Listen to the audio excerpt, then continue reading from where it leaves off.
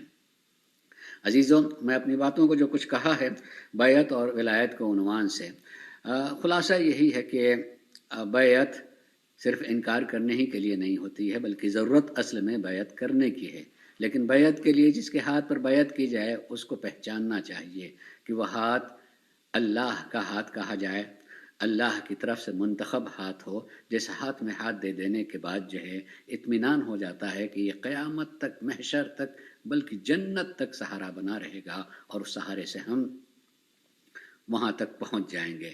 ایسے ہاتھ کا تلاش کرنا ضروری ہے، اور اگر ایسا ہاتھ مل جائے تو آدمی اس ہاتھ میں ہاتھ دے کر کے اس کی ولایت کو قبول کر لیتا ہے، اور ولایت کے بغیر دین مکمل نہیں ہوتا۔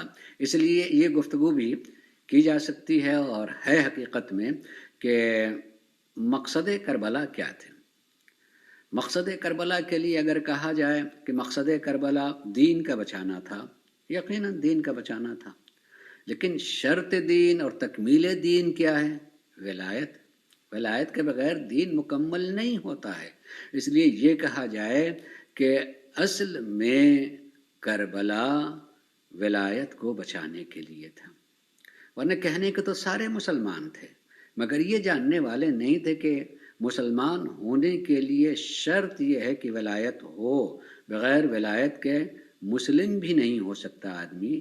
خیال میں تو ہو سکتا ہے کہ ہم نے لا الہ الا اللہ محمد رسول اللہ پڑھ لیا ہے تو مسلمان ہیں، لیکن 8ویں امام نے بہرحال یہ بات کہی ہے کہ کلمہ لا الہ الا اللہ مضبوط قلع ضرور ہے، مگر شرط کے ساتھ، اور ہم ان کے شرائط میں سے ایک شرط ہیں، یعنی اہل بیت کا شرط ہونا اس بات کی دلیل کہ جب تک ہم ان کی ولایت کو قبول نہیں کریں گے خود کلمہ بھی لفظ بن جائے گا، حقیقت نہیں رہے گا۔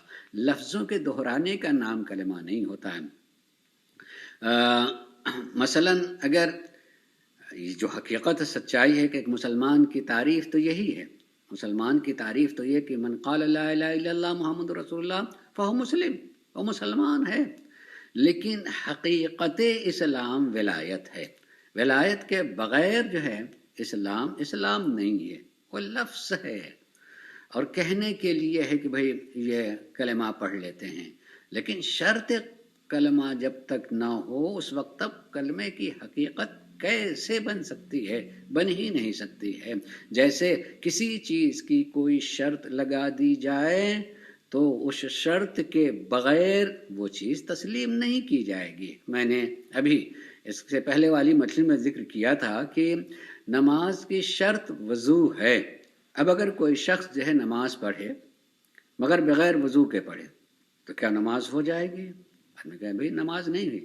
حالانکہ آدمی وضو کر کے نماز پڑھے گا تو بالکل ویسے ہی پڑھے گا جیسے بلا وضو کیے ہوئے آدمی نے نماز پڑھی، کہ 2 رکعت نماز اس میں جتنی بھی چیزیں سب کچھ ادا کی، مگر جو شرط ہے اس نے وضو نہیں کیا۔ تو ہر مسلمان کہے گا، فرقے کی قید کے بغیر ہر مسلمان یہ بات کہے گا کہ نماز نہیں ہوئی، اس نے وضو ہی نہیں کیا۔ لیکن کوئی بھی مسلمان یہ نہیں کہے گا کہ وضو نماز کا حصہ ہے، نماز کا حصہ نہیں ہے، نماز کی شرط ہے۔ ایسے ہی ولایت شرط دین ہے، شرط اسلام ہے۔ جب تک آدمی ولایت کے ماتحت نہیں ہوگا، ولایت کو قبول نہیں کرے گا، اس وقت اس کا دین، اس کا اسلام کوئی معنی نہیں رکھتا ہے بغیر ولایت کے۔ میں انشاءاللہ اس سلسلے میں چند اقوال بھی پڑھوں گا، اور خصوصیت کے ساتھ آپ کو پتہ ہے، انشاءاللہ پتہ ہوگا، اور انشاءاللہ تعالی جتنے مومنین ہیں وہ روز غدیر انشاءاللہ وہ روز غدیر کی زیارت ضرور پڑھتے ہوں گے، لیکن اکثر و بیشتر ایسا بھی ہو سکتا ہے کہ نہیں پڑھا، یا پڑھا تو صرف پڑھ لیا، متوجہ نہیں ہوئے کہ ہم نے زیارت میں کیا پڑھا ہے، اس زیارت میں کیا کہا گیا ہے۔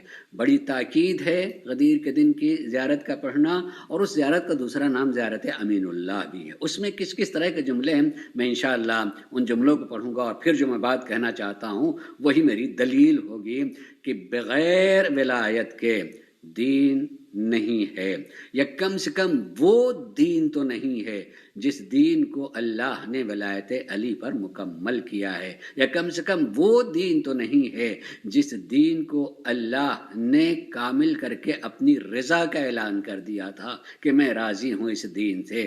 تو جس دین سے اللہ راضی ہے اسی دین کو دین مرتضیٰ کہا جاتا ہے، اور جب دین مرتضیٰ ہے تو ولایت مرتضیٰ بھی ہونا ضروری ہے، اس کے بغیر دین مرتضیٰ حاصل نہیں ہو سکتا ہے۔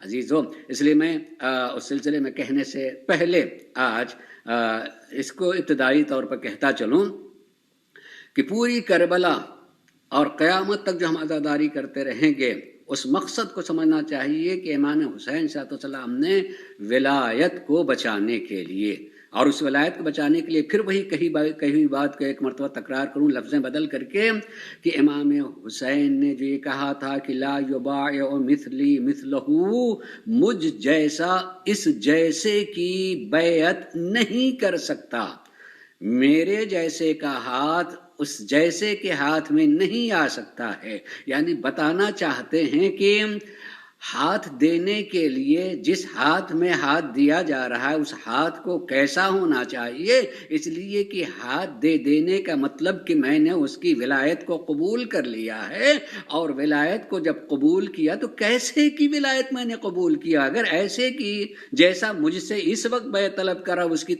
بیعت ہم نے کر لی یا قبول کر لی ولایت کو، تو کم سے کم وہ دین تو نہیں ملے گا جسے دین مرتضیٰ کہا جائے، یا کم سے کم وہ دین تو نہیں ملے گا جس دین کو اللہ نے جس ولایت پر مکمل کیا تھا، وہ دین نہیں ملے گا۔ اس لیے کربلا ہمیں پہچاننے کا موقع دیتی ہے، کربلا ہمیں دعوت فکر دیتی ہے کہ کربلا ولایت کے بچانے کا نام ہے، بچانے کا نام ہے، اس لیے کہ اس وقت تک جو بھی اس تخت پر آ جاتا تھا ہم اس کو خلیفۃ المسلمین مانتے تھے، دنیا اس کو خلیفۃ المسلمین مانتے تھے، اور اس کے بغیر جیسے اپنے دین کو مکمل ہی نہیں سمجھتی تھی، جبکہ ان کا حق نہیں ہے، ان کا حق نہیں ہے جن کو جناب رسالت آپ نے اللہ کے حکم سے پہچنوایا تھا اور لوگ اس کو بھول گئے، غدیر کو یاد نہیں کیا، بھول گئے اور یاد نہیں رکھا۔ امام حسین صلی اللہ علیہ وسلم نے اس تخت کو خلیفہ کے قدموں سے کھینچ لیا تاکہ اس کے بعد انسان جو ہے فرق کرے کہ خلافت کیا ہے اور ملوکیت کیا ہے، کس چیز کو ولایت کہا جاتا ہے اور بادشاہت کس چیز کو کہا جاتا ہے۔ اگرچہ انسان اپنی تسکین کے لیے لفظیں بدل لی ہیں کہ دنیا کی حکومت کے لیے خلافت ہے اور دین کی حکومت کے لیے ولایت ہے، اگر رسول کے زمانے میں یہ دونوں چیزیں الگ الگ ہوتی تو آپ الگ الگ کر لیتے، کرتے کہ بھئی رسول اللہ کے زمانے میں بھی دین کی حکومت رسول اللہ کے ہاتھ میں تھی اور یہ ظاہری جو حکومت تھی وہ فلاں اور فلاں یا فلاں کے ہاتھ میں تھی۔ نہیں، رسول ہی نے، سرکار نبی کریم صلی اللہ علیہ وسلم نے حکومت بھی کی ہے اور ولایت بھی کی ہے، یعنی وہی دین و دنیا دونوں چلا رہے ہیں، اس لیے اس کا نائب بھی ایسا ہونا چاہیے جس کے ہاتھ میں دنیا کی نظام بھی ہو اور دین کے اعتبار سے اس دنیا سے آخرت تک لے جانے والا نظام بھی انہی کے ہاتھ میں ہو۔ ولایت اسی کو کہا جاتا ہے۔ البتہ میں چاہ رہا تھا کہ آج تھوڑی سی گفتگو آگے بڑھ کر کے بھی کہوں گا کہ بسا اوقات کچھ نئے لفظ لگتے ہیں کہ نئے لفظ ہیں اور یہ کیوں ایسا کہا جاتا ہے، اس سے متعلق بھی وضاحت کروں، لیکن شاید اتنا موقع نہیں ملے گا، مگر اتنی بات تو ضرور کہوں گا کہ سوچنے کا موقع ملے۔ جیسے کہ میں نے ولایت کے سلسلے میں کہا تھا کہ ولایت کی ابتدائی طور پر دو قسمیں ہیں، ایک ولایت تشریعی اور ایک ولایت تکوینی، کہ وہ ولایت جو شریعت کی طرف سے دی ہوئی ہوتی ہے اور وہ ولایت جو مخلوقات پر ولی کو، تمام مخلوقات پر ولی کو حاصل ہوتی ہے کہ جس کو جس نیت سے اشارہ اور ارادے سے اشارہ کر دے وہ تابع ہو جائے، وہ اس کی اطاعت میں آ جائے، ولایت تکوینی بھی ہوتی ہے۔ آج اس زمانے میں ہم ایک لفظ ولایت کا بولتے ہیں، مثلا ولایت فقیہ، تو اس کا مطلب کیا ہے؟ یہ کیا ولایت اہل بیت کے مقابلے میں ہے؟ نہیں، قطعاً نہیں، مقابلے کی کوئی چیز نہیں ہے۔ یقیناً یہ ایک موضوع ہے، اگر ولایت فقیہ پر ایک خمسہ یا عشرہ کیا جائے تو مجھ جیسا کم پڑھا لکھا بھی انشاءاللہ اتنی تقریر کر سکتا ہے۔ میں خالی اتنی ہی بات کہوں گا کہ فقیہ کی ولایت کا مطلب کیا ہے۔ آج جس زمانے میں ہم زندگی گزار رہے ہیں، وقت کا امام سامنے نہیں ہے، پردہ غیب میں ہے۔ اب جب پردہ غیب میں ہو تو دین کے احکام کو ہم کیسے جانیں گے، اس کی حقیقت کو؟ کیا پھر سبھی لوگ کو لازم ہو جائے گا کہ وہ جا کر کے علم دین حاصل کریں، مولانا بنیں، سبھی مولانا ہو جائیں تاکہ دین کو جانیں؟ یا یہ کہ نہیں، سب پر فریضہ نہیں ہے مولانا ہونا، دین کا حاصل کرنا، کس آ کر کے پورے دین کو محنت کر کے حاصل کرے اور فروعات کو جانے بھی، اصول کو بھی جانے بھی، اور اس کے سارے جزئیات کو جانے، مطمئن ہو اکیلا اپنی جگہ، تاکہ ہم کہیں کہ بھائی یہ سب ہر چیز کو، دین کی ساری باتوں کو جانتا ہے۔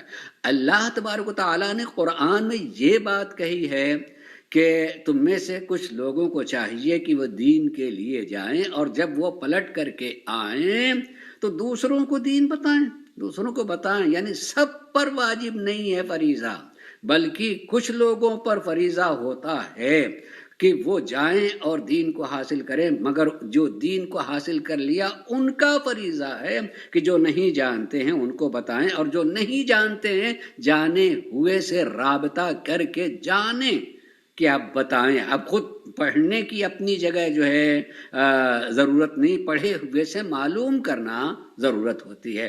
تو ولایت فقیہ کا مطلب یہی ہوتا ہے جو دین کا سب سے زیادہ جاننے والا ہو. امام کی غیبت کے زمانے میں قرآن کے احکام اور جتنے دینی احکام ہیں کیا معطل رہیں گے؟ اس پر کوئی، چونکہ امام سامنے نہیں ہے لہذا معطل ہے، کسی سے کوئی تعلق نہیں. یا یہ کہ معطل نہیں رہیں گے، اس کا ہم سے تعلق ہے، وہ نافذ رہے گا، احکام قرآن و دین جو ہے نافذ العمل رہیں گے. تو کون کرائے گا؟ کون کرائے گا؟ اس کو کہتے ہیں کہ جو دین فقیہ یعنی انتہائی دین کا جاننے والا ہو، اس کی ولایت ہونی چاہیے ہے. میں اگر مطمئن ہو گیا کہ یہ دین کو بہتر طریقے سے جانتا ہے، اسی لیے شرط ہے عالم ہونے کا. فقیہ کے لیے عالم نہیں، عالم ہونا. عالم اور عالم میں فرق ہے. جو جانے، تھوڑا بھی جانے، کچھ تھوڑے سے زیادہ جانے، وہ عالم ہوتا ہے. اور تمام عالموں میں جو سب سے زیادہ جاننے والا ہوتا ہے وہ عالم ہوتا ہے. ہاں، افراد کے اعتبار سے عالم الگ الگ ہو سکتے ہیں. جیسے افراد کے اعتبار سے اچھا خطیب الگ الگ ہو سکتا ہے. کچھ کہتے ہیں نہیں، سب سے اچھا خطیب وہ ہے، سب سے اچھا ذاکر وہ ہے، سب سے اچھا بولنے والا وہ ہے. معلوم ہے کہ چند افراد وہ ہیں جو فلاں کو سب سے اچھا مانتے ہیں، چند افراد وہ ہیں جو فلاں کو سب سے اچھا مانتے ہیں. یقیناً جو لوگ بھی اچھا مانتے ہیں ان کے سامنے کوئی نہ کوئی معیار ہے، جس معیار پر دوسرے کو دوسرے کے مقابلے میں اچھا مانتے ہیں. ایسے ہی عالمیت، افراد اپنے علم سے یا اپنے سامنے جو لوگ عالم ہیں اور جن کو میں عالم جانتا ہوں ان سے پوچھ کر کے مطمئن ہو گیا کہ فلاں عالم ہے. تو جس کے عالم ہونے کا یقین ہو جائے اسی کے ماتحت ہونا چاہیے، اسی کی بتائی ہوئی چیزوں پر عمل کرنا چاہیے. اس لیے کہ میں نہیں جانتا ہوں، جب نہیں جانتا ہوں تو میں اس کو جاننے کی جو جان رہا ہے اس سے جاننے کی کوشش کروں گا. اسی کو تقلید کہا جاتا ہے. دنیا کے سارے علم میں یہی چیز ہوتی ہے. اگر میں اپنے معاملات کے لیے کسی کو وکیل بنانا چاہتا ہوں تو جس پر میں مطمئن رہوں گا خود ذاتی اعتبار سے یا جن لوگوں نے بتایا کہ وہ قابل اطمینان ہے اپنے فن کے اعتبار سے، میں اس کو تسلیم کر لوں گا. عزیزو، اسی کو تقلید کہا تھا. دین کے معاملے میں اس سے ایسے ہی عالم، ایسے ہی دین کے جاننے والے کی طرف رجوع گویا کہ اس کی ولایت ہوتی ہے. اگر اللہ نے اس کو موقع دیا کہ وہ دین کے احکام کو نافذ کرنے کے لیے حکومت بنا سکے اور حکومت بنا کر کے دین کا نفاذ قائم کر سکے، نافذ کر سکے، تو ہم کہیں گے ولایت فقیہ، یعنی اس فقیہ کی ولایت اور حکومت ہے موجود، اس میں افراد پائے جاتے ہیں. میں نے کہا نا کہ اگر اس سلسلے میں پڑھا جائے تو ابتدائی طور پر مجھ جیسا آدمی بھی ایک خمسہ تو اطمینان سے پڑھ سکتا ہوں، کہا جا سکتا ہے، لیکن خالی اس سے مانوس ہونے کے لیے میں نے ذکر کیا ہے. لیکن ولایت فقیہ کا مطلب یہ کہ ان کے ذریعے سے چونکہ میں نے دین کو نہیں جانا، انہی نے محنت کی ہے، تو اس محنت کی بنیاد پر جو اہل بیت علیہ السلام نے دین کو ہم تک پہنچایا تھا ان کی ولایت میں رہنا ہے. تو میں براہ راست نہیں جانتا ہوں، جو جانتا ہے اس تک جا کر کے ہم ولایت اہل بیت میں پہنچ رہے ہیں. راستہ ہمارے زمانے میں یہی ہیں. اگر یہ نہ ہوتے تو ان حقائق تک ہم نہ پہنچتے. البتہ ذرا سا خشک بات ہے مگر سن لیجئے گا، اور شاید یہ اس وجہ سے بھی کہ سامنے لوگ نہیں ہیں، ورنہ جب سامنے ہوتے ہیں تو بولنے والا بھی کوشش یہ کرتا ہے کہ میں اس طریقے سے پڑھوں کہ لوگ تعریف کریں، نعرے لگ جائیں. اور سامنے بھی نہیں ہے تو کچھ باتیں پہنچائی بھی جا سکتی ہیں. تو ایک تھوڑا سا علمی گفتگو، اگرچہ میں بڑا عالم نہیں ہوں لیکن انداز تھوڑا سا ہے علمی، اس کے لیے پہنچانے کی شعر کوشش کروں گا کہ آدمی سوچنے لگتا ہے کہ پھر کیسے ہم بھائی ولایت فقیہ کو، ارے دیکھیے کہ وہی جو فقہاء ہیں، وہی جو علماء، ان کے یہاں اختلاف پایا جاتا ہے. کیا ائمہ علیہ السلام کے یہاں اختلاف تھا؟ ان فقیہوں کہتے ہیں اختلاف پایا جاتا ہے. ان کا فلاں نے مستحب کہا ہے، فلاں نے مثلا واجب کہا، فلاں نے چیز کہی ہے، اختلاف پایا تھا. اختلاف کیوں ہے؟ کس طرح سے کیوں ان کے یہاں اختلاف پایا تھا؟ عزیزو، اختلاف نہیں ہے. اور یقیناً ائمہ علیہ السلام کے یہاں سوچے ہی نہیں جا سکتا کہ اختلاف ہو. وہ تو پہلا بھی محمد ہے اور آخر بھی محمد ہے، پہلا علی ہے اور آخر بھی محمد. اس لیے میں یہیں ٹھہر خالی یہ کہوں کہ یہ تو مورخین نے بھی تحقیق کر کے یہ بات لکھ دی ہے، یہ حدیث نہیں ہے، روایت نہیں ہے، مورخ کا ایک جملہ ہے کہ الاسلام محمدی الحدوث و حسینی البقا. اسلام اپنی آمد کے اعتبار سے محمدی ہے اور بقا کے اعتبار سے حسینی ہے، کہ اسلام کو لائے ہیں نبی کریم مگر بچایا ہے حسین نے. لیکن ہم نہ اس کو محمدی خالی کہیں گے نہ صرف حسینی کہیں گے. جب موقع ملے کہیں گے محمدی، ہم کہیں حسینی، اور جب ہم حسینی کہیں گے تب بھی محمدی، اور جب محمدی کہیں گے تب حسینی ہے، اور جب محمدی اور حسینی کہیں گے تب بھی علوی ہے، جب علوی کہیں تو محمد و حسینی ہے. اس لیے کہ پہلا بھی محمد اور آخر بھی محمد ہے، سارے کے سارے محمد ہیں. اختلاف نہیں، ذرا سا سنیے گا اس کو اور انشاءاللہ یہ بات ذہن میں رہ جائے گی تو آپ کے اطمینان کے لیے بھی، کہیں کسی سے بات کرنے کے لیے بھی ایک راستہ سوچنے کا ملے گا کہ اختلافات کیوں ہوتے ہیں. اختلافات اس لیے ہوتے ہیں کہ ہماری زبان میں ابھی جیسے اردو بول رہا ہوں، میں اردو کی مثال دے کر کے بتاؤں گا کہ اختلافات کیوں ہوتے ہیں، کیوں ہو جائیں گے. زبان اردو کی ہے مگر علاقہ بٹنے کی وجہ سے وہی اردو کا لفظ بولا جاتا ہے. ایک شہر سے دو شہر یا بڑا ملک ہے تو ملک کے آدھے حصے میں، پورے ملک میں اردو ہی، مگر کسی علاقے میں اردو اور وہاں کی علاقائی زبان زیادہ بولی جاتی ہے. لیکن ایک اردو کا لفظ منتقل ہو کر کے وہاں پہنچا تو وہاں اس نے ایک الگ معنی اختیار کر لیا، اور جب الگ معنی اختیار کر لیا تو وہاں جب بولی جاتی ہے تو وہ معنی سمجھ میں آتا ہے، اور جب ہم بولتے ہیں تو ہمارا معنی سمجھ میں آتا ہے. اس لیے دونوں جگہ لفظ ایک ہے اور معنی الگ الگ ہے. مثال دوں، جیسے لفظ من کہا جائے کہ ایک من، ایک من، من وزن کا نام ہے، وزن. ایک من یہ کم سے کم ہندوستان میں اپنے خالی یو پی جو ایک اسٹیٹ ہے اس کے لیے بھی میں کہتا ہوں کہ اس پورے اسٹیٹ میں ایک معنی میں نہیں بولا جاتا. مشرقی یو پی میں ایک من میں 40 سیر ہوتے ہیں، لیکن اسی یو پی کے مغربی حصے میں چلے جائیں تو ایک من میں بالکل اس کا آدھا ہوتا ہے، 20 سیر. اور یہی لفظ ایک من بولا جاتا ہے ایران میں بھی، بالکل یہی ایک من، لیکن ایران میں اس ایک من کا معنی 3 سیر ہوتا ہے.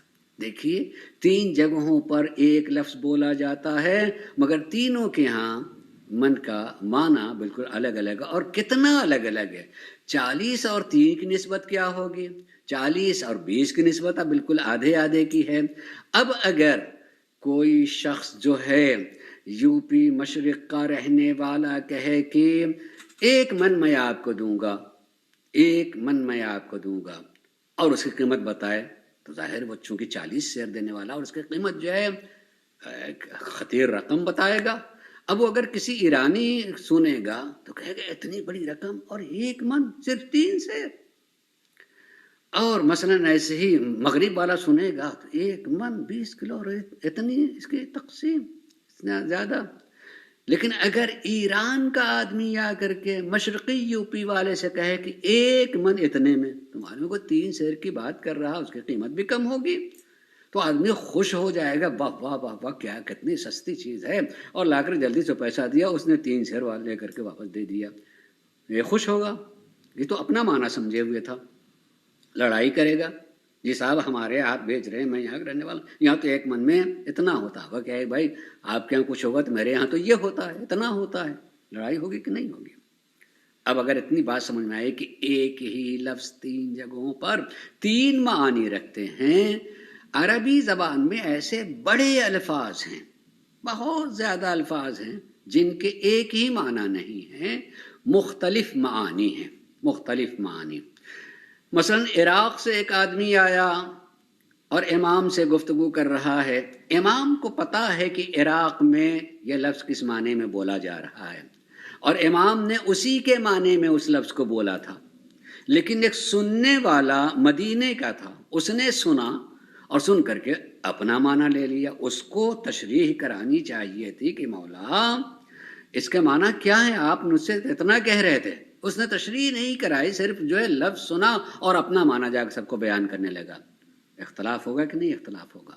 جبکہ امام اس کو بیان کر رہے تھے جو عراق سے آیا تھا، وہاں مثلا وزن کے لیے رتل کا لفظ بولا جاتا ہے، رتل پانی کے وزن کو کہا جاتا ہے، وہاں جتنا وزن ہے یقیناً مدینے میں کے وزن میں بہت فرق ہے، بہت فرق ہے، تو اب وہاں کے لیے بتایا بیان کیا جا رہا ہے۔ ایسے ہی اگر کوئی روایت کسی نے نقل کی ہے سن کر کے کہ میں نے معصوم سے سنا ہے اور انہی نے ایک ریت لیا ہے، یہ وزن بیان کیا ہے، تو روایت تو آ گئی۔ اب جب روایت آئے تو مجھ جیسا کم پڑھا لکھا جو میں نے ایک مرتبہ دیکھا تھا معنی، اسی معنی میں نے اس کے کر کے کیا معنی ہے، اس کا مطلب کہ اتنا ہونا چاہیے۔ میں نے غور نہیں کیا اس میں کہ بیان کرنے والا کون ہے، کس سے بیان کیا، جس نے سنا ہے وہ کہاں کا رہنے والا تھا، جس سے سنا ہے وہ کہاں کا رہنے والا تھا، یہ ساری تحقیقات ہوتی ہیں تب جو ایک معنی پر نکلتا ہے۔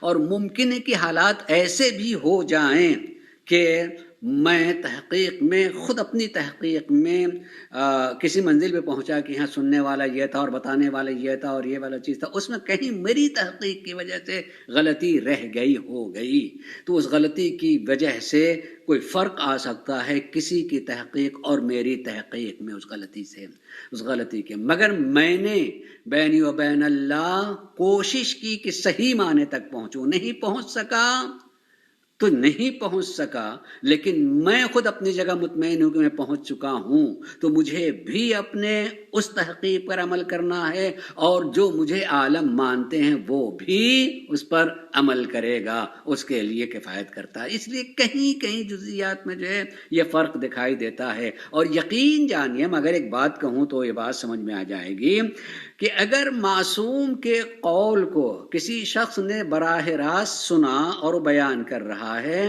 بیچ میں کوئی واسطہ نہیں ہے، تب بھی اس کے سمجھنے میں مشکل ہوتی ہے، اس لیے کہ کبھی انسان معصوم کے الفاظ کو بیان کرتا ہے کہ یہ لفظیں معصوم نے کہی ہیں، اور کبھی معصوم کی بات سے جو وہ سمجھے ہے وہ بیان کرتا ہے کہ معصوم نے یہ کہی ہے۔ کہ جیسے میں مجلس پڑھ رہا ہوں، کوئی آدمی بیٹھے بیٹھے سن رہا ہے اور کوئی بات سمجھ میں آئے تو وہ کہے گا کہ میں نے مولانا کی مجلس سنی اور وہ یہ کہہ رہے تھے، حالانکہ اگر میرا جو یہ ریکارڈ ہے سنے گا تو وہ لفظ بالکل نہیں ملیں گے، اس نے اپنے میرے بیان سے خود جو سمجھا تھا اپنی سمجھ کو بیان کر رہا ہے کہ یہ انہیں نے بیان کی۔ تو کبھی انسان خود سمجھتا ہے اور سمجھنے کو بیان کرتا ہے یہ کہہ کر کے کہ یہ کہا گیا، تو وہ بھی تحقیق کرنی ہوتی ہے کہ معصوم کے عبارت کو نقل کر رہا ہے کہ اپنی سمجھ کو نقل کر رہا ہے، ایک۔ دوسرے یہ کہ اگر بیچ میں کوئی واسطہ ہے تو معصوم نے جس سے کہا ہے اس کی حالت علمی، خاندانی اور اخلاقی کیسی ہے، اور پھر اس نے جس سے کہا اس کے، تو جتنے بیچ میں واسطے آتے چلے جائیں گے اتنے ہی ہماری تحقیق کا دائرہ بڑھتا چلا جائے گا۔ اب ذرا سا سوچیں کہ 1400 برس کا زمانہ گزرنے کے بعد خالی اصول کافی میں 16,000 روایتیں ہیں، اور اس 16,000 روایتوں کے راوی کتنے ہزار ہوں گے؟ اتنے ہزار راویوں کے حالات کو پڑھ کر کے کسی ایک جگہ پہنچنے میں اگر تھوڑی بہت غلطی ہوتی ہے، جو غلطی اس کو نہیں پتا ہے کہ غلطی ہے، وہ تو اپنی جگہ مطمئن ہے، خالی ہم جب دو جگہ دیکھ رہے ہوتے ہیں کہ ان کے ہاں یہ اور ان کے ہاں یہ تھوڑا فرق دکھائی دے رہا ہے، تو میں تو خود پڑھا لکھا نہیں اس سلسلے کا، لیکن مجھے خالی اعتراض ہونے لگتا ہے کہ اس کے ہاں فرق کیوں ہے، یہ کہہ رہے ہیں ان کے ہاں یہ کیوں کہہ رہے ہیں۔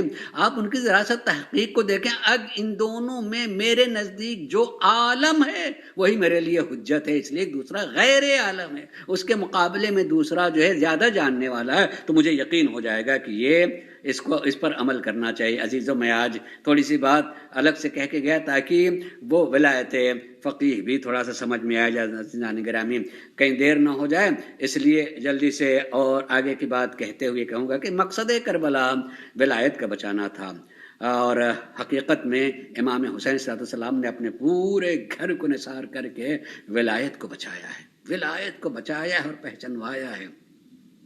ورنہ اس وقت تک جو ہے اس تخت پر بیٹھ کر کے جو کچھ کہہ دیا جاتا تھا وہی قرآن کا حکم ہوتا تھا. اگر موقع ہوتا تو میں آپ کو بتاتا کہ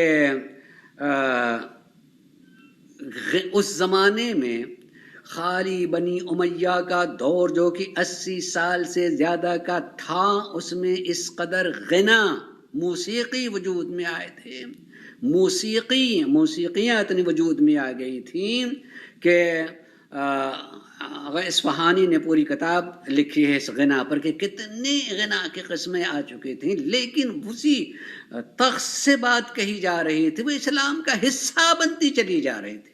اسلام کا حصہ جو چیزیں جہاں تھیں وہاں سے نہ جانے کتنی چیزیں ہٹا کر کے، چونکہ جو اس تخت پر بیٹھا ہوا ہے وہی دین سمجھا جاتا تھا. امام حسین صلی اللہ علیہ وسلم نے کم سے کم اس کو کھینچ لیا کہ نہیں ایک الگ چیز ہے، یہ ایک الگ چیز ہے. وہ جو کہہ رہا اپنی طرف سے کہہ رہا، اس طریقے سے ولایت کو بچایا اور دعوت دے دی کہ ولی کو اور ولایت کو پہچانا جائے. اور اس سلسلے میں جناب زینب کبریٰ سلام اللہ علیہ نے کس قدر محنت کی ہے. اور جناب حضرت سید سجاد نے اس سلسلے میں 38 سال کا زمانہ گزار کر کے اس 38 سال میں صحیفہ سجادیہ جو ہمارے گھروں میں موجود ہے، وہ صحیفہ سجادیہ اگر آپ پڑھیں خدا کی قسم یہ علمی خزانہ ہے. اور لب و لہجہ دعا کا دیکھ کر کے آپ دیکھیں کہ امام نے کس طریقے سے تبلیغ کی ہے ولایت کی، کہ اب اگر آپ دعاؤں کو پڑھیں تو دعاؤں میں ہر دعا کے جملے کے بعد، یعنی اکثر دعائیں وہ ہیں کہ ہر دعائے جملے کے بعد فصلی علی محمد و آل محمد، پروردگارہ تو محمد و آل محمد پر صلوات پڑھ اور درود نازل فرما، اور اس کے بعد پھر دعا، پھر صلوات، پھر دعا، پھر صلوات. یعنی مسلسل آپ صلوات پڑھ کر کے بتانا چاہتے ہیں کہ کسی دعا کو دعا ہونے کے لیے اور دین کو دین تک پہنچنے کے لیے جب تک اہل بیت کو نہیں پہچانیں گے نہ دعا دعا بن سکتی ہے نہ دین دین بن سکتا ہے. لیکن چونکہ بلکہ میں لفظ کہتا ہوں اور اس کو بھی سن لیں، کہیں دوہرا بھی سکتے ہیں آپ، کہ سرکار مولائے کائنات کو بولنے کا موقع ملا تھا سامنے لوگوں کے، کہ لوگ بیٹھ جاؤ ان کے سامنے بولیں. تو پہلے علی بولے ہیں سامنے سے، تو ان کے بولے ہوئے مجموعے کا نام نہج البلاغہ ہو گیا، مگر دوسرے علی کو سامنے اس طریقے سے بولنے کا موقع نہیں ملا کہ وہ بول سکیں اس طریقے سے. تو آپ نے اپنا رخ اللہ کی طرف کیا ہے، اور جو بولے ہیں لب و لہجہ دعا کا ہے، مگر علی کی زبان سے نکلے ہوا جو ہے نہج البلاغہ ہے. اس دور کا صحیفہ سجادیہ پڑھیے گا تو اپنی بلاغت کے اعتبار سے اس دور کا دوسرا نہج البلاغہ ہے، اور اہل بیت کو اس میں پہچانوایا ہے. علی نہج البلاغہ میں کہیں کہ آل محمد پر کسی کا قیاس نہیں کیا جا سکتا ہے. ایسے ہی ہر دعائیہ جملے کے بعد فصلی علی محمد و آل محمد کی کسی کا اہل بیت پر قیاس نہیں کیا جا سکتا ہے، اور ان کے بغیر کوئی چیز مکمل ہو بھی نہیں سکتی ہے. یہ بتانا اور یہ پہچانوانا کہ یقیناً ولایت کے بغیر کوئی چیز حاصل نہیں ہو سکتی ہے. ولایت اہل بیت بہرحال تمہارے گردن میں ہونی چاہیے ہے، اس کا قلادہ ہونا چاہیے ہے، اور تمہیں اس دائرے میں جو ولایت کا ہے رہنا چاہیے. سرکار حضرت اولیاء مقام زینب کبریٰ سلام اللہ علیہ نے کربلا کے بعد سے کیا بیٹھی ہیں؟ نہیں، مدینے آ کر کے مدینے بیٹھی نہیں ہیں. مسلسل آپ ادھر سے ادھر جاتے رہے، اور آج تک مصر میں بھی ان کے نام سے جگہ موجود ہے، وہاں بھی جناب زینب کے نام سے، بلکہ ایک بڑی قوم موجود ہے جنہیں بحرا کہا تھا. وہ یہی مانتے ہیں جناب زینب کی قبر جو ہے مصر ہی میں ہے، مصر میں مانتے ہیں. اور بہرحال یہاں آپ کے شام میں بھی ہم تسلیم کرتے ہیں کہ وہاں ہے، اور اس کے علاوہ کہاں کہاں گئی ہیں. لیکن ذرا سا ایک لمحے کے لیے جناب زینب کبریٰ سلام اللہ علیہ کے اس جملے کو سنیے گا جو یزید کی آنکھوں میں آنکھیں ڈال کر کے یہ بات کہی تھی، کد قائدک وسع سعیک، کہ یزید جتنا تمہیں کرنا، جو کچھ کرنا وہ کر لے، جتنی تم اپنی طاقت لگانا چاہتے ہو طاقت لگا لو، مگر کیا لا تمحو ذکرنا، تم ہمارے ذکر کو مٹا نہیں سکتے. اور نہ ہماری وحی کو ختم کر سکتے ہو. لا تمحو ذکرنا، خدا کی قسم کتنا اعتبار ہے، کتنا اعتبار ہے علی کی بیٹی کو کہ تم مکمل ایک حکومت ہوتے ہوئے تم جاؤ کہ مٹا دو، تو ایسا نہیں ہو سکتا. ورنہ وہ اپنی حکومت قائم کر کے اپنی ہی ولایت پوری دنیا پر جو ہے ثابت کرنا تھا، اور ثابت کر رہے تھے کہ نہیں یہی ولایت، جہاں ہم ولی ہیں بس وہی ولایت. اور فاطمہ جناب حضرت مولائے کائنات کی بیٹی زینب کبریٰ بتانا جن نہیں، ہماری ولایت کو، ہمارے ذکر کو تو مٹا نہیں سکتے ہو.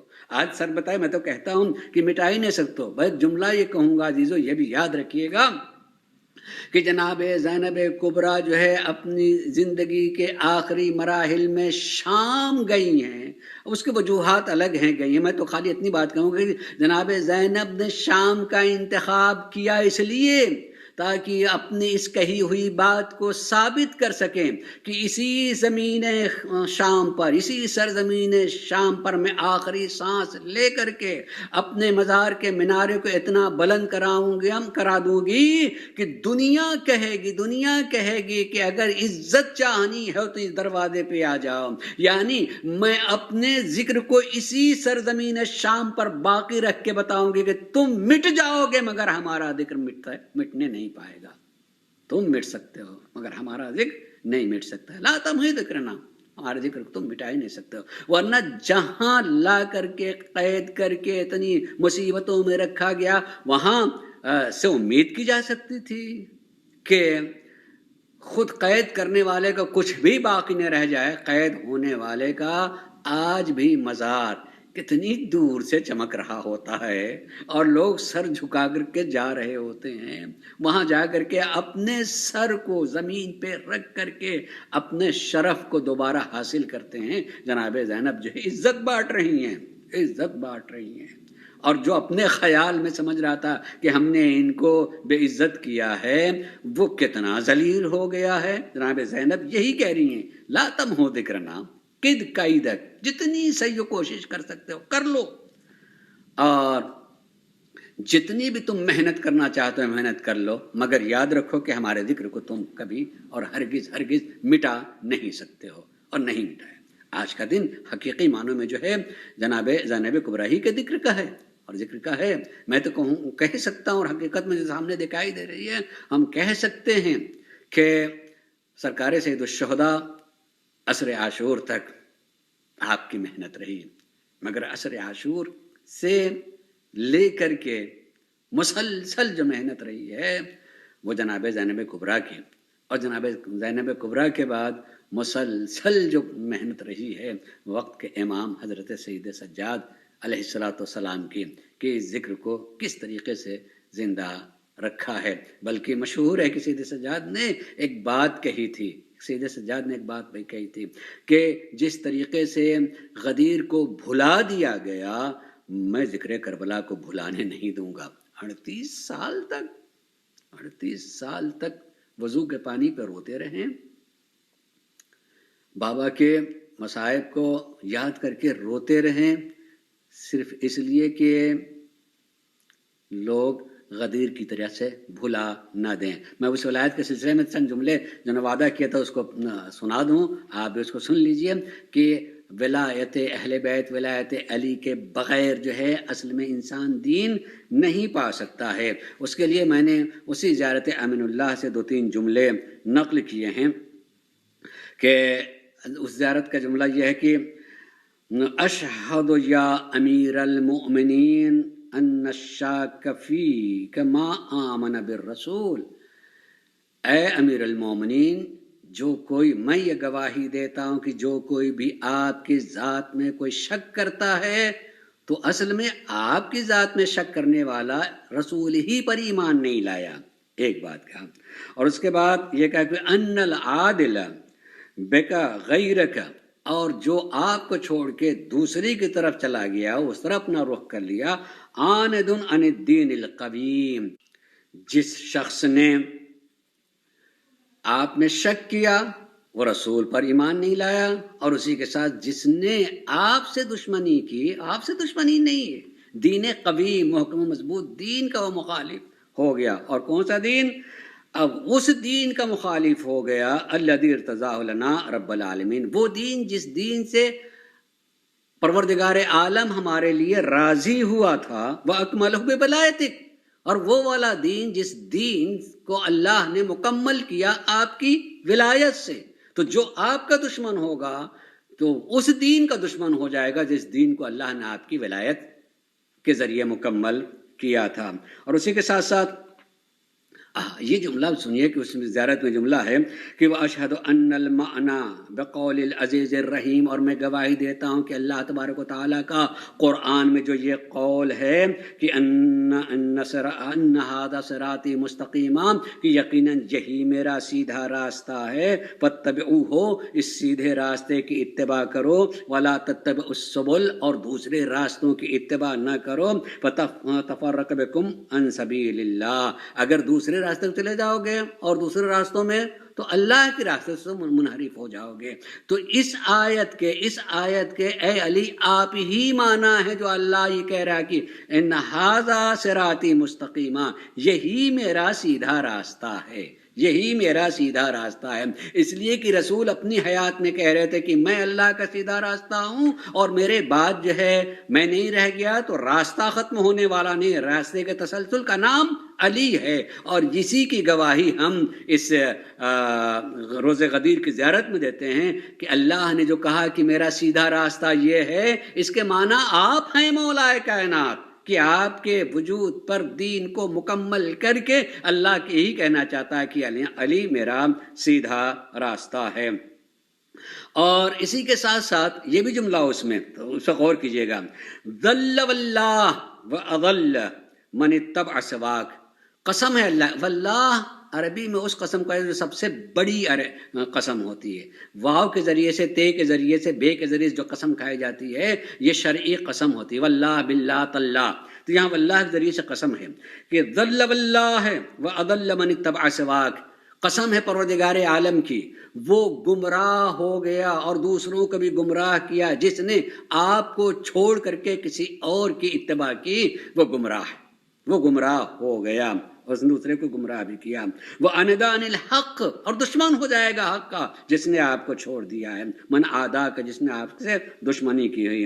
اور لیکن اپنے بارے میں یہ فوراً یہ دعا کہ اللہم سمعنا، یعنی یہ اقرار کہ پروردگار ہم نے تو سن لیا، ہم نے سن لیا، امر کا لامرک، تیرے حکم کو ہم نے سنا ہے، واطعنا، اور ہم نے اطاعت کی، واتبعنا، اور اتباع کی، صراطک المستقیم، تیرے سیدھے راستے کی ہے. ہمیں فخر ہے کہ ہم اس صراط مستقیم کی ہم پیروی کر رہے ہیں. اور اس صراط مستقیم کو بتانے والے کربلا کے بعد سے دو ہی ذات دکھائی دے رہی ہیں کربلا کے بعد سے، ایک سید سجاد ہیں، دوسرے زینب کبریٰ سلام اللہ علیہ ہیں، کہ جو اس راستے کو بتاتی رہی ہیں، اپنی پوری زندگی اس راستے کو بتاتی رہی ہیں. مگر خالی ذکر اتنا کر دینا نہیں، مگر سوچیں کہ اے مولا حسین، آپ کی پیاس عصر عاشور کو ختم ہو گئی، مگر مولا اس عصر عاشور کے بعد آپ کی 4 سالہ بیٹی سکینہ پیاسی رہی ہیں، سید سجاد پیاسے رہے ہیں.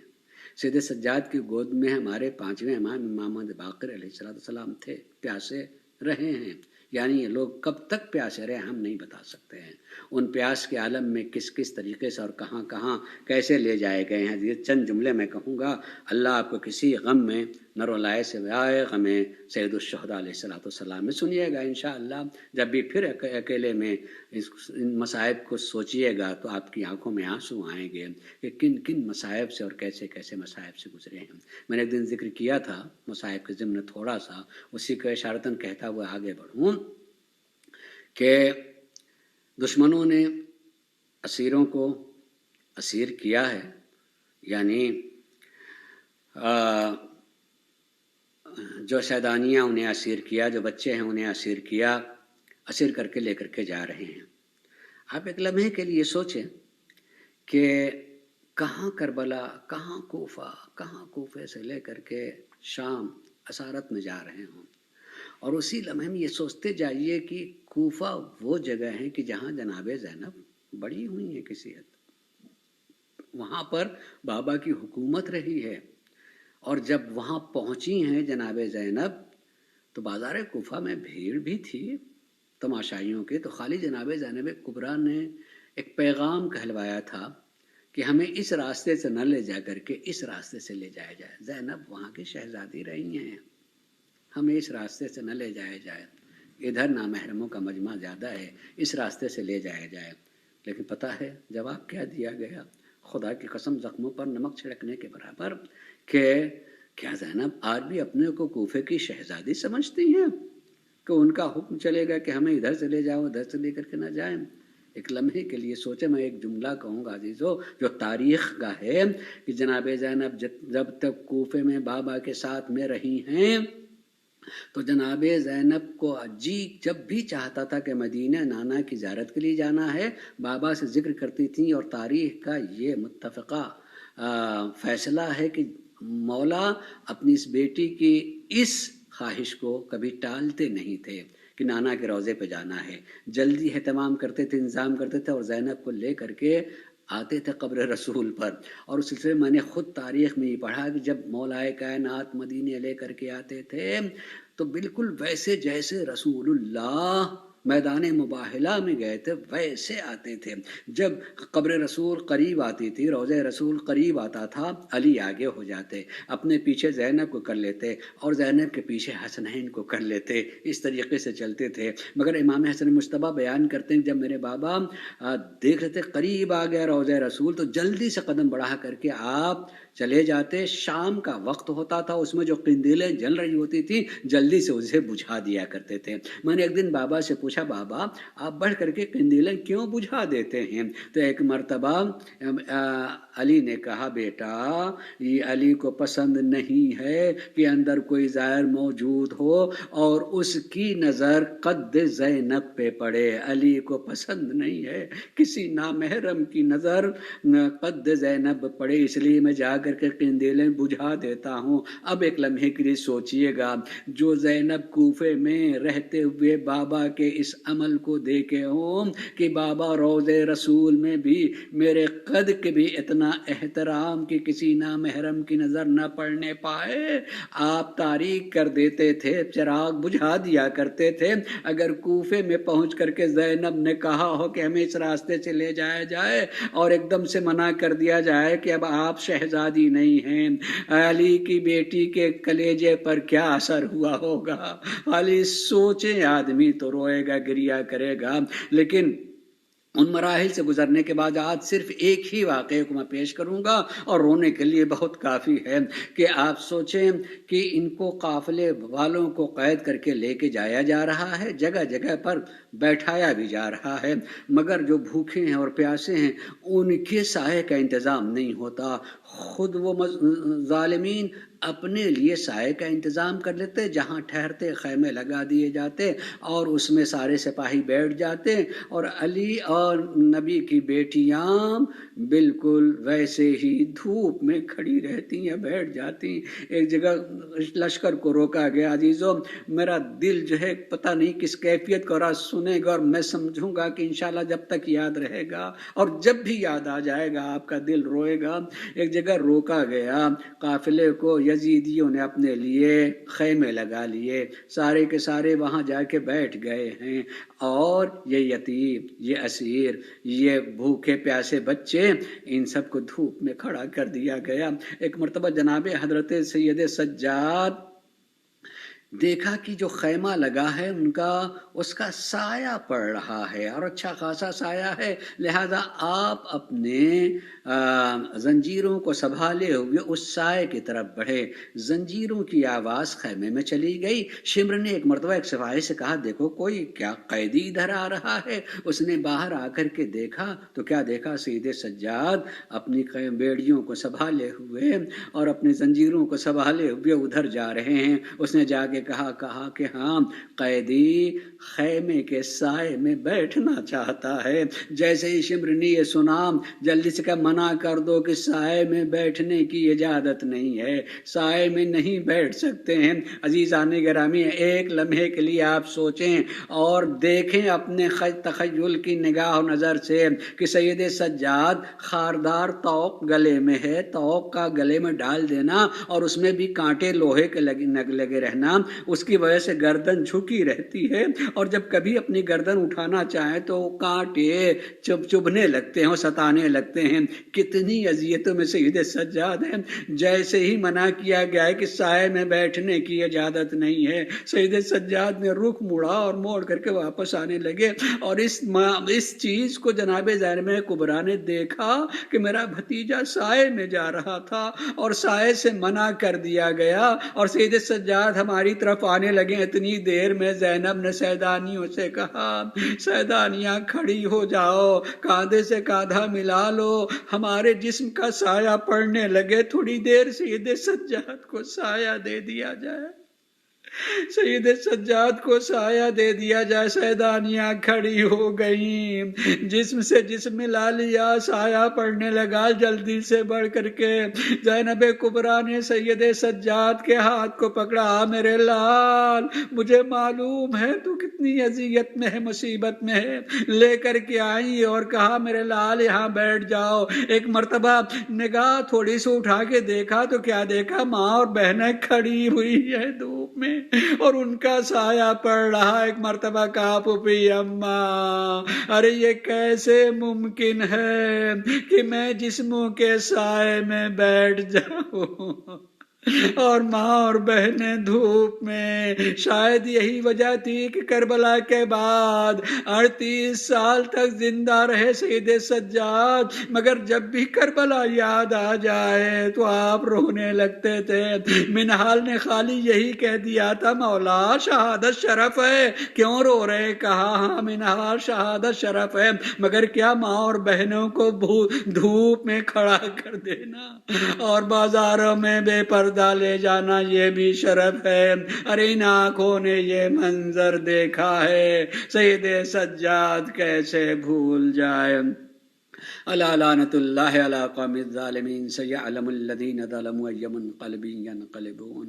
پروردگار ہمارے اس مختصر سے عمل کو قبول فرما دے۔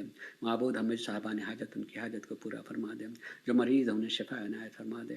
اے میرے اللہ، جو مومن مومنات گھروں میں اپنی عزاداری کر رہے ہیں، گھروں میں برکتوں کا نزول فرما، ان میں رہنے والوں کو خوشیاں نصیب فرما، اور انہیں کبھی کوئی غم اور رنج نہ دینا سوائے غم حسین علیہ السلام کے۔ پروردگارا ہم نور زہرا کے ظہور کے منتظر ہیں، جلد ظہور فرما اور ہم سب کو ان کے اعوان و انصار میں سے قرار دے۔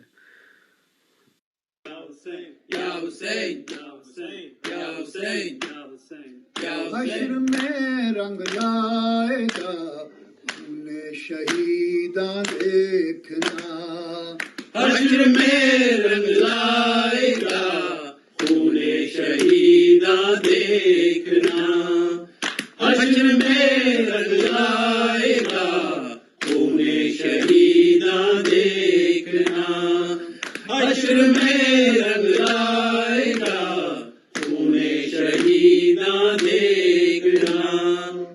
آئیں گی جب فاطمہ، آئیں گی جب فاطمہ حال پریشان دیکھنا، حشر میں رنگ لائے گا خون شہیداں دیکھنا، حشر میں رنگ لائے گا خون شہیداں دیکھنا۔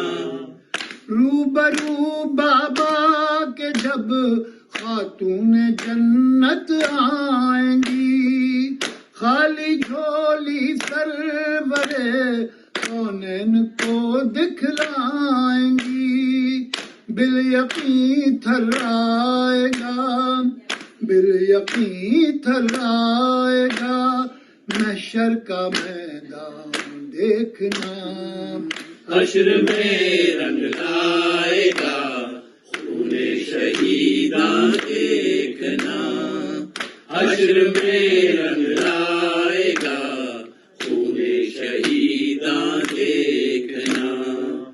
اصغر معصوم کے لب پر سوال آب ہے، بوند پانی کے لیے وہ کس قدر بےتاب ہے، نہر سے پانی نہیں، نہر سے پانی نہیں دیتے مسلمان دیکھنا حشر میں رنگ لائے گا خون شہیداں دیکھنا حشر میں رنگ لائے گا خون شہیداں دیکھنا رکھ دیا برچھی نے اکبر کا کلیجہ چیر کے رخ بدل ڈالے ہیں امت نے تیری تصویر کے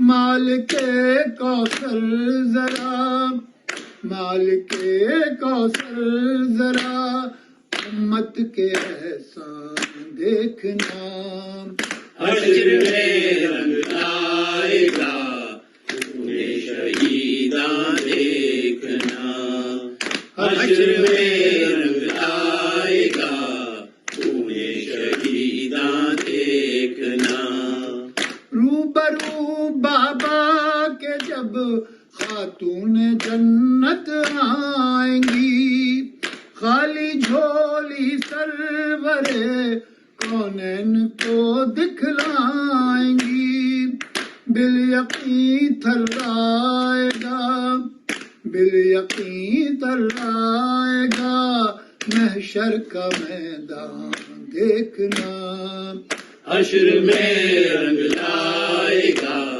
خون شہیداں دیکھنا حشر میں رنگ لائے گا خون شہیداں دیکھنا آئیں گی جب فاطمہ آئیں گی جب فاطمہ حال پریشان دیکھنا حشر میں رنگ لائے گا خون شہیداں دیکھنا حشر میں رنگ لائے گا خون شہیداں دیکھنا یا حسین یا حسین حسین حسین حسین حسین حسین حسین حسین عاشور کو جلتے خیموں میں کیا جانیے کیا کیا چھوٹ گیا عاشور کو جلتے خیموں میں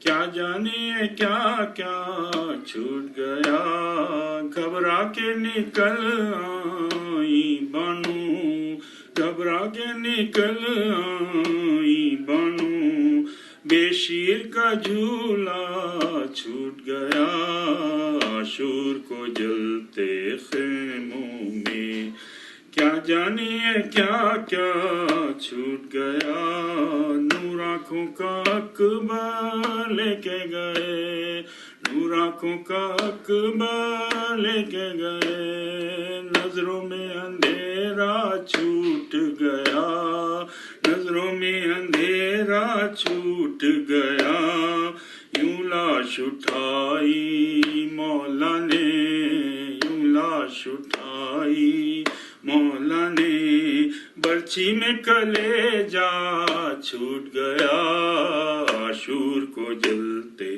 خیموں میں کیا جانیے کیا کیا چھوٹ گیا دریا کے کنارے مہمانی دریا کے کنارے مہمانی اور بند قسمت سے پانی اور بند قسمت سے پانی اے بہتی موجوں دیکھ تو لو اے بہتی موجوں دیکھ تو لو بے شیر بھی پیاسا چھوٹ گیا عاشور کو جلتے خیموں میں کیا جانیے کیا کیا چھوٹ گیا ساحل کے قریب گھوڑے سے گرے ساحل کے قریب گھوڑے سے گرے عباس کو جلتی خاک ملی عباس کو جلتی خاک ملی شبیر کا دامن چھٹ نہ سکا شبیر کا دامن چھٹ نہ سکا بہتا ہوا دریا چھوٹ گیا عاشور کو جلتے خیموں میں کیا جانیے کیا کیا چھوٹ گیا یہ پارا پارا لاشا ہے یہ پارا پارا لاشا ہے شبیر کا جلتی ریتی پر شبیر کا جلتی ریتی پر پیشانی عالم جھکنے کو پیشانی عالم جھکنے کو یا فرش پہ کعبہ چھوٹ گیا عاشور کو جلتے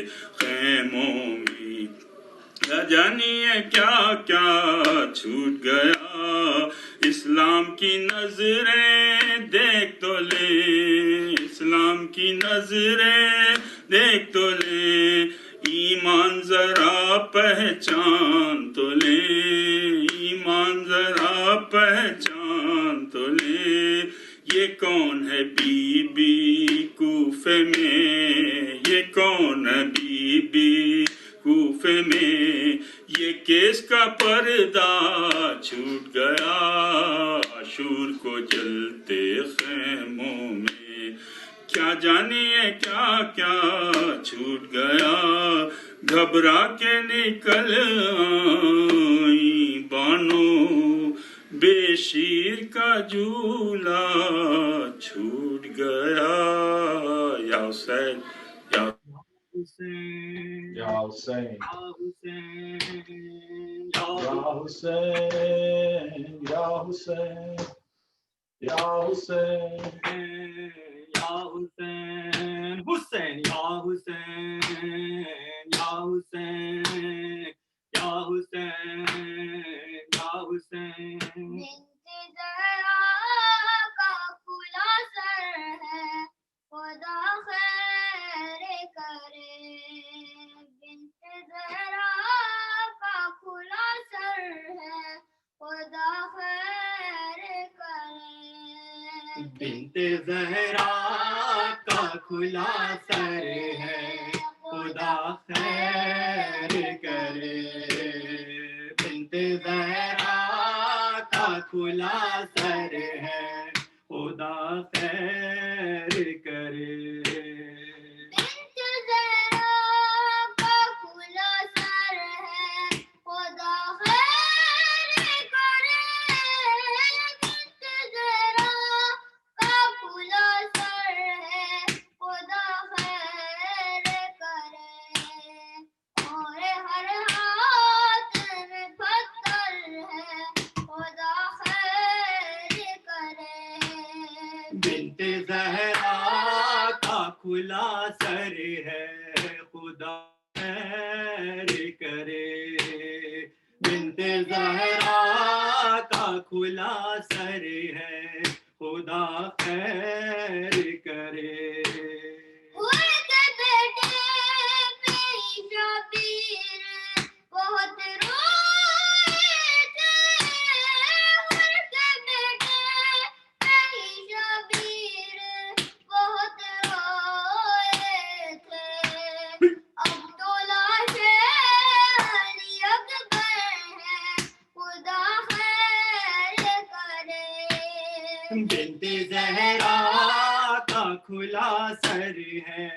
خدا خیر کرے بنت زہرا کا کھلا سر ہے خدا خیر کرے مارتے ہیں باندھوں کو زمیں پر ظالم مارتے ہیں باندھوں کو زمیں پر ظالم دفن جس جان اصغر ہے خدا خیر کرے بنت زہرا کا کھلا سر ہے خدا خیر کرے بنت زہرا کا کھلا سر ہے خدا خیر کرے کچھ قدم دور کھڑی دیکھ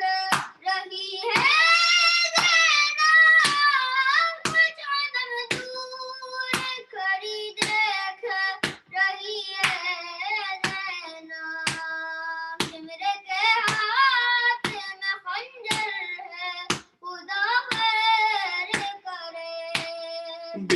زہرا کا کھلا سر ہے خدا خیر کرے بنت زہرا کا کھلا سر ہے خدا خیر کرے چھڑی ہاتھ میں ظالم کے لبوں پر چھڑی ہاتھ میں ظالم کے لبوں پر ہے ہنسی قسم شہر کا رکھا سر ہے خدا خیر کرے بنت زہرا کا کھلا سر ہے خدا خیر کرے بنت زہرا کا کھلا سر ہے خدا خیر کرے میر سجاد شیرین کاروتے ہوئے میر سجاد شیرین کہاں روتے ہوئے مسکین دے پہ چادر ہے خدا خیر کرے بنت زہرا کا کھلا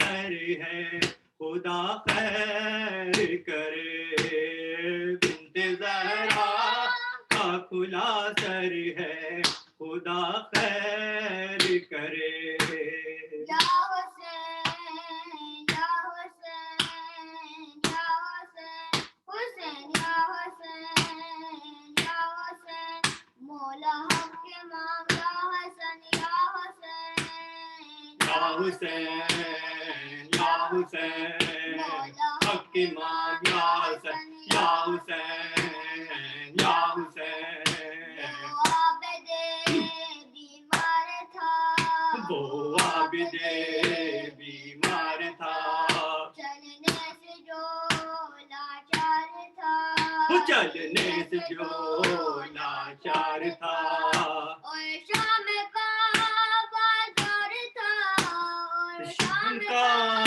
بازار تھا اور مصطفیٰ کی بیٹیاں مولا حق امام یا حسن یا حسین مولا حق امام یا حسن یا حسین یا حسین یا حسین وہ اصغر بے شیر تھا وہ اصغر بے شیر تھا اور حرملہ کا تیر تھا اور حرملہ کا تیر تھا ننھا گلا کیوں کرچھدا ننھا گلا کیوں کرچھدا لرزی زمین اور آسمان مولا حق امام یا حسن یا حسین مولا حق امام یا حسن یا حسین یا حسین یا حسین وہ شبیر کی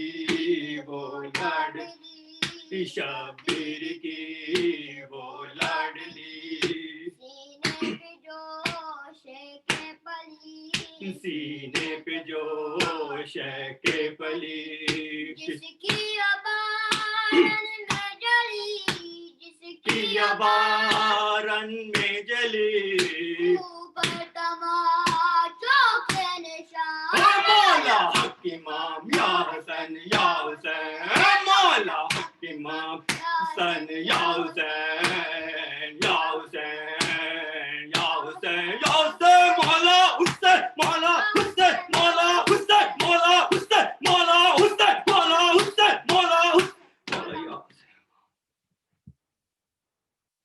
السلام علیکم یا رسول اللہ السلام علیکم یا حبیب اللہ السلام علیکم امیر المؤمنین علی بن ابی طالب علیہ الصلاۃ والسلام السلام علیکم یا فاطمۃ الزہراء سیدۃ النساء العالمین السلام علیکم امام حسن مصطفیٰ علیہ الصلاۃ والسلام السلام علیکم ابا عبد اللہ وعلی الارواح التي حلت بفنائک عليك مني سلام الله ودمنا بخيط بخي الليل والنهار ولا جاره الله آخر عهد مني لزيارتكم السلام على الحسين وعلى علي بن الحسين وعلى أولاد الحسين وعلى أصحاب الحسين. السلام عليكم يا أئمة المسلمين، علي بن الحسين محمد بن علي وجعفر محمد وموسى بن جعفر وعلي بن موسى محمد بن علي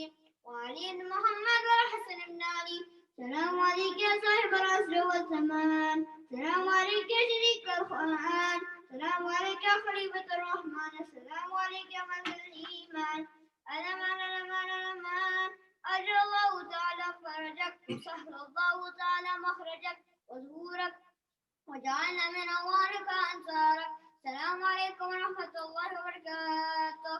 اللهم كن لوليك على الحجة بن الحسن صلواتك عليه وعلى آبائه في هذه الساعة وفي كل ساعة وليا وحافظا وقائدا وناصرا ودليلا معينا حتى تسكنه زكاة وتمتعه فيها طويلا برحمتك يا أرحم الراحمين. اللهم صل على محمد وآله يا ربي. اللهم صل على محمد وعلى آله.